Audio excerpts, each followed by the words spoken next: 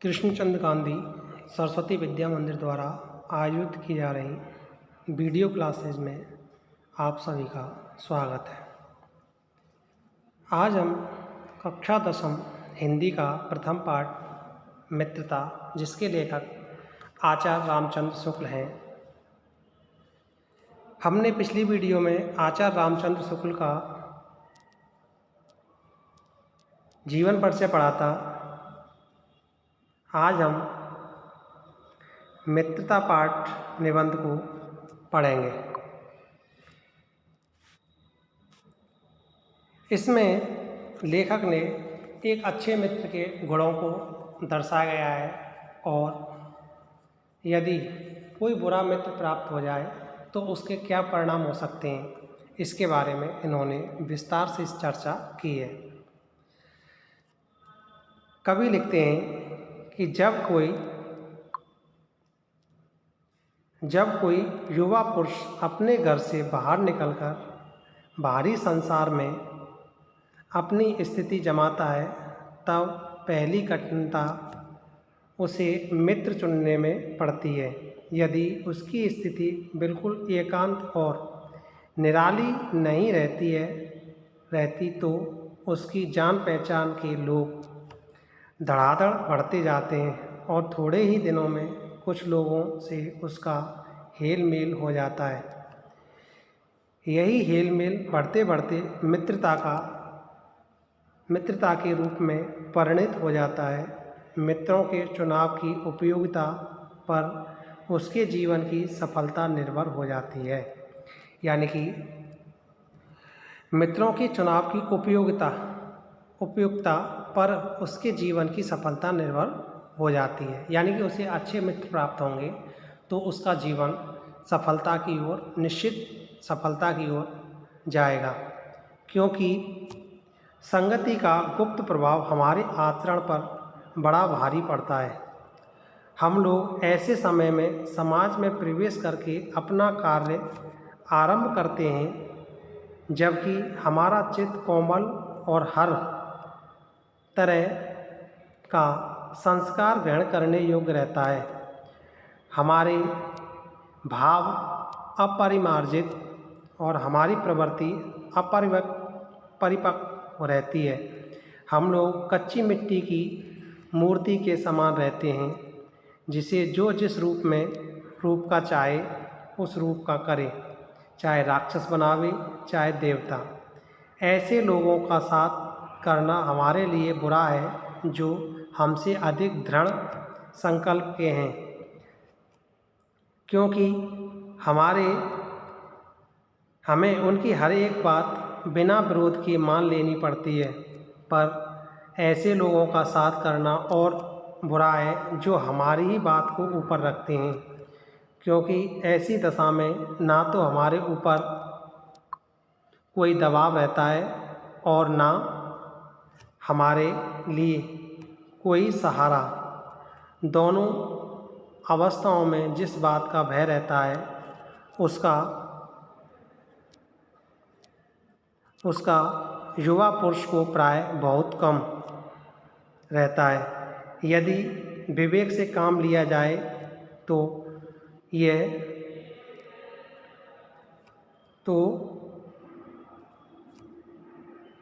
यह भय नहीं रहता, पर युवा पुरुष प्राय विवेक से कम काम लेते हैं। कैसी आश्चर्य की बात है कि लोग एक घोड़ा लेते हैं तो उसके दोष गुण कितना परख कर लेते हैं, पर किसी को मित्र बनाने में उसके पूर्व आचरण और प्रकृति आदि का कुछ भी विचार और अनुसंधान नहीं करते। वे उसमें सब बातें अच्छी मानकर अपना पूरा विश्वास जमा देते हैं। हंसमुख चेहरा, बातचीत का ढंग, थोड़ी चतुराई या साहस, ये ही 2-4 बातें किसी में देखकर लोग चटपट अपना बना लेते हैं। हम लोग ये नहीं सोचते कि मैत्री का उद्देश्य क्या है तथा जीवन के व्यवहार में उसका कुछ मूल्य भी है। ये बात हमें नहीं सूझती कि यह एक ऐसा साधन है जिससे आत्मशिक्षा का कार्य बहुत सुगम हो जाता है। एक प्राचीन विद्वान का वचन है, विश्वासपात मित्र से बड़ी रक्षा रहती है। जिसे ऐसा मित्र मिल जाए उसे समझना चाहिए कि खजाना मिल गया। विश्वासपात मित्र जीवन में एक औषधि है। हमें अपने मित्रों से ये आशा रखनी चाहिए कि वे उत्तम संकल्प में हमें दृढ़ करेंगे, दोषों और त्रुटियों से हमें बचाएंगे, हमारे सत्य, पवित्रता और मर्यादा के प्रेम को पुष्ट करेंगे। जब हम कुमार्ग पर पैर रखेंगे तब वे हमें सचेत करेंगे। जब हम हतोत्साहित होंगे तब हमें उत्साहित करेंगे। सारांश ये है कि हमें उत्तमतापूर्वक जीवन निर्वाह करने में हर तरह से सहायता देंगे। सच्ची मित्रता से उत्तम वैद्य की सी निपुणता और परख होती है। अच्छी माता का सा धैर्य, अच्छी से अच्छी माता का सा धैर्य और कोमलता होती है। ऐसी ही मित्रता करने का प्रयत्न पुरुष को करना चाहिए। अगला, छात्रावास में तो मित्रता की धुन सवार रहती है। मित्रता हृदय से उमड़ पड़ती है। पीछे के जो स्नेह बंधन होते हैं उसमें ना तो उतनी उमंग रहती है, ना उतनी खिन्नता। बाल मैत्री में जो मग्न करने वाला आनंद होता है, जो हृदय को भेदने वाली ईर्ष्या और खिन्नता होती है, वह और कहाँ। कैसी मधुरता और कैसी अनुरक्ति होती है, कैसा अपार विश्वास होता है, हृदय के कैसे कैसे उद्गार निकलते हैं, वर्तमान कैसा आनंद में दिखाई पड़ता है और भविष्य के संबंध में कैसी लुभावनी कल्पनाएं मन में रहती हैं। कितनी जल्दी बातें लगती हैं और कितनी जल्दी मानना और मनाना होता है। सहपाठी की मित्रता, इस उक्ति में हृदय के कितने भारी उथल पुथल का भाव भरा हुआ है। किंतु जिस प्रकार युवा पुरुष की मित्रता स्कूल के बालक की मित्रता से दृढ़, शांत और गंभीर होती है, उसी प्रकार हमारी युवावस्था के मित्र बाल्यावस्था के मित्रों से कई बातों में भिन्न होते हैं। मैं समझता हूँ कि मित्र चाहते हुए बहुत से लोग मित्र के आदर्श की कल्पना मन में करते होंगे, पर इस कल्पना आदर्श से तो हमारा काम जीवन की झंझटों में चलता नहीं। सुंदर प्रतिभा, मन भावनी चाल और स्वच्छंद प्रकृति की ही 2-4 बातें देखकर मित्रता की जाती है, पर जीवन संग्राम में साथ देने वाले मित्रों में इनमें से कुछ अधिक बातें चाहिए। मित्र केवल उसे नहीं कहते जिसके गुणों की तो हम प्रशंसा करें, पर जिससे हम स्नेह ना कर सकें, जिससे अपने छोटे से छोटे काम तो हम निकालते जाएं, पर भीतर ही भीतर घृणा करते रहें। सच्चे मित्र सच्चे पथ प्रदर्शक के समान होना चाहिए, जिस पर हम पूरा विश्वास कर सकें। भाई के समान होना चाहिए, जिसे हम अपना प्रीति पात्र बना सकें। हमारे और हमारे मित्र के बीच सच्ची सहानुभूति होनी चाहिए, ऐसी सहानुभूति जिसमें एक के हानि लाभ का दूसरा अपना हानि लाभ समझे। मित्रता के लिए यह आवश्यक नहीं कि 2 मित्र एक ही प्रकार का कार्य करते हों या एक ही रुचि के हों। इसी प्रकार प्रकृति और आचरण की समानता भी आवश्यक या वांछनीय नहीं है। 2 भिन्न प्रकृति के मनुष्यों में बराबर प्रीति और मित्रता रही है। राम धीर और शांत प्रकृति के थे, लक्ष्मण उग्र और उद्धत स्वभाव के थे, पर दोनों भाइयों में अत्यंत प्रागढ़ स्नेह था। उदार तथा उच्चास्य कर्ण और लोभी दुर्योधन स्वभावों में कुछ विशेष समानता ना थी, पर उन दोनों की मित्रता खूब निभी। यह कोई बात नहीं कि एक ही स्वभाव और रुचि के लोगों में ही मित्रता हो। समाज में भिन्नता देखकर लोग एक दूसरे की ओर आकर्षित होते हैं। जो गुण हम में नहीं है, हम चाहते हैं कि कोई ऐसा मित्र मिले जिसमें वे गुण हों। चिंतनशील मनुष्य प्रफुल्लित चित्त का साथ ढूंढता है। निर्बल बली का यानी कि बलशाली का, धीर उत्साही का, उच्च आकांक्षा वाला चंद्रगुप्त युक्ति और उपाय के लिए चाणक्य का मुँह ताकता था। नीति विशारद अकबर मन बहलाने के लिए बीरबल की ओर देखता था। मित्र का कर्तव्य इस प्रकार बताया गया है कि उच्च और महान कार्यों में इस प्रकार सहायता देना, मन बढ़ाना और साहस दिलाना कि तुम अपनी निज की सामर्थ्य से बाहर काम कर जाओ। यह कर्तव्य उसी से पूरा होगा जो दृढ़चित्त और सत्य संकल्प का हो। इसमें हमें ऐसे ही मित्रों की खोज में रहना चाहिए जिससे हमें अधिक आत्मबल और हमें उनका पल्ला उसी तरह पकड़ना चाहिए जिस प्रकार सुग्रीव ने राम का पल्ला पकड़ा था। मित्र हो तो प्रतिष्ठित शुद्ध हृदय के हों, मृदुल और पुरुषार्थी हों, शिष्ट और सत्यनिष्ठ हों, जिससे हम अपने को उनके भरोसे पे छोड़ सकें और ये विश्वास कर सकें कि उनसे किसी प्रकार का धोखा ना होगा। अगला गद्यांश। जो बात ऊपर मित्रों के संबंध में कही गई, वही जान पहचान वालों के संबंध में ठीक है। जान पहचान के लोग ऐसे हों जिनसे हमें कुछ लाभ उठा सकते हों,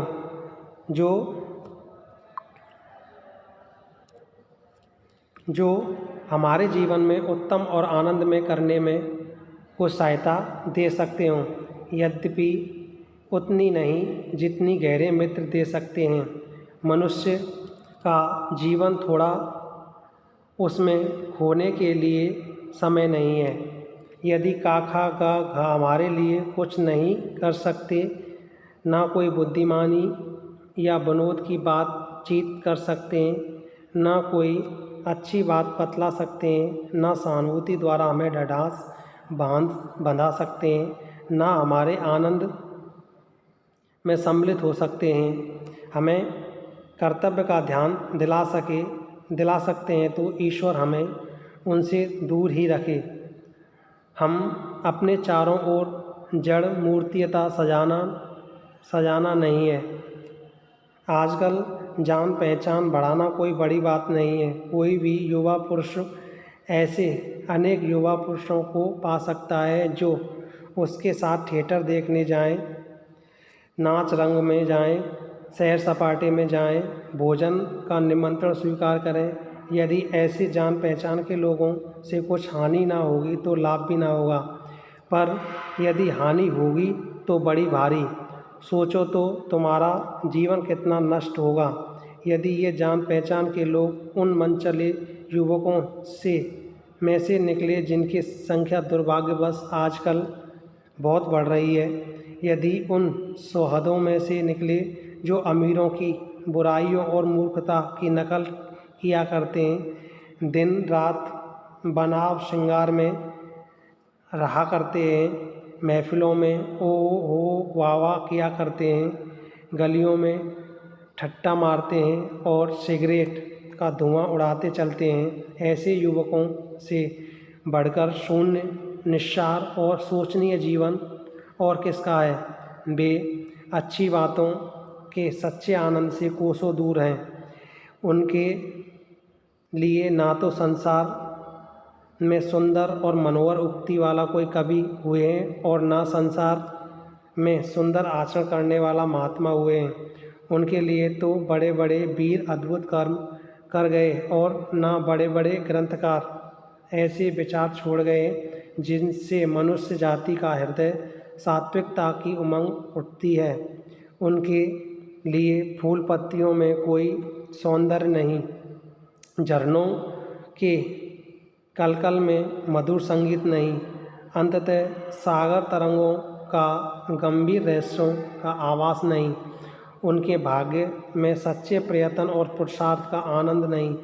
उनके भाग्य में सच्ची प्रीति का सुख और कोमल हृदय का शांत नहीं। जिनकी आत्मा अपने इंद्रिय विषयों में ही लिप्त है, जिनका हृदय नीचास्यों और कुत्सित विचारों से कलुषित है, ऐसे नाशोन्मुख प्राणियों को दिन दिन अंधकार में पतित होते देख कौन ऐसा होगा जो तरस न खाएगा।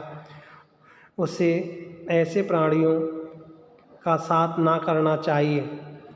मकदूनिया का बादशाह डेमेट्रियस कभी कभी राज्य का सब काम छोड़कर अपने मेल के 10-5 साथियों को लेकर विषय वासना में लिप्त रहा करता था। एक बार बीमारी का बहाना करके किसी प्रकार से अपने दिन काट रहा था। उसी बीच उसका पिता उससे मिलने के लिए आ गया। उसने हंसमुख जवान को कोठरी से बाहर निकलते देखा। जब पिता कोठरी के भीतर पहुंचा तब डेमेट्रियस ने कहा, ज्वर ने मुझे अभी छोड़ा है। पिता ने कहा, हाँ ठीक है, वह दरवाजे पर मुझे मिला था। अगला पद, कुसंग का ज्वर सबसे भयानक होता है। यह केवल नीति सद्वृत्ति का ही नाश नहीं करता बल्कि बुद्धि का क्षय भी करता है।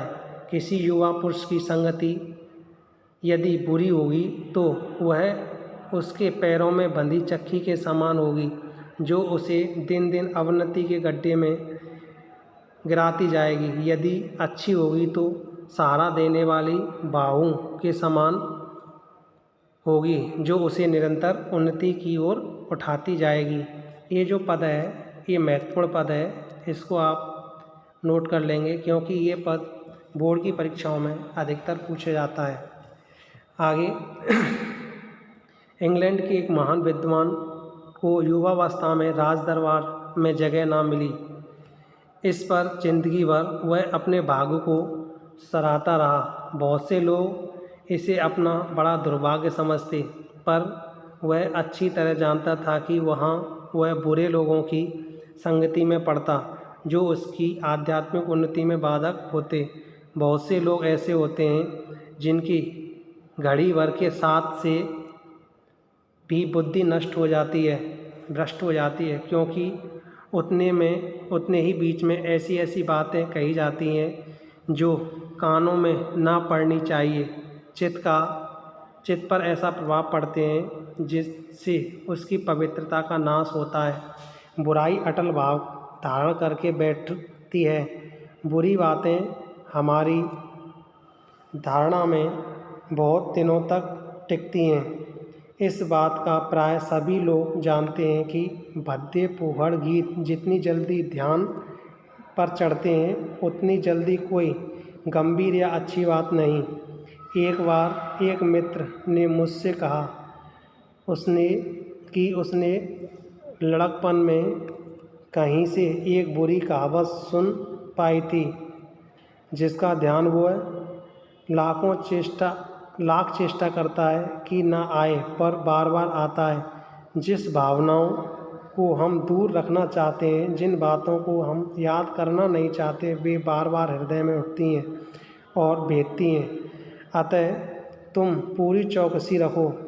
ऐसे लोगों को कभी साथी ना बनाओ जो अश्लील अपवित्र फूहड़ बातों में तुम्हें फंसाना चाहते हैं। सावधान रहो, ऐसा ना हो कि पहले तुम ऐसे एक बहुत सामान्य बात पहले आप यानी तुम एक बहुत सामान्य बात समझो और सोचो कि एक बार ऐसा हुआ ही नहीं, ऐसा नहीं होगा। जब एक बार ये जो पद है इसको भी आप महत्वपूर्ण मान लेंगे।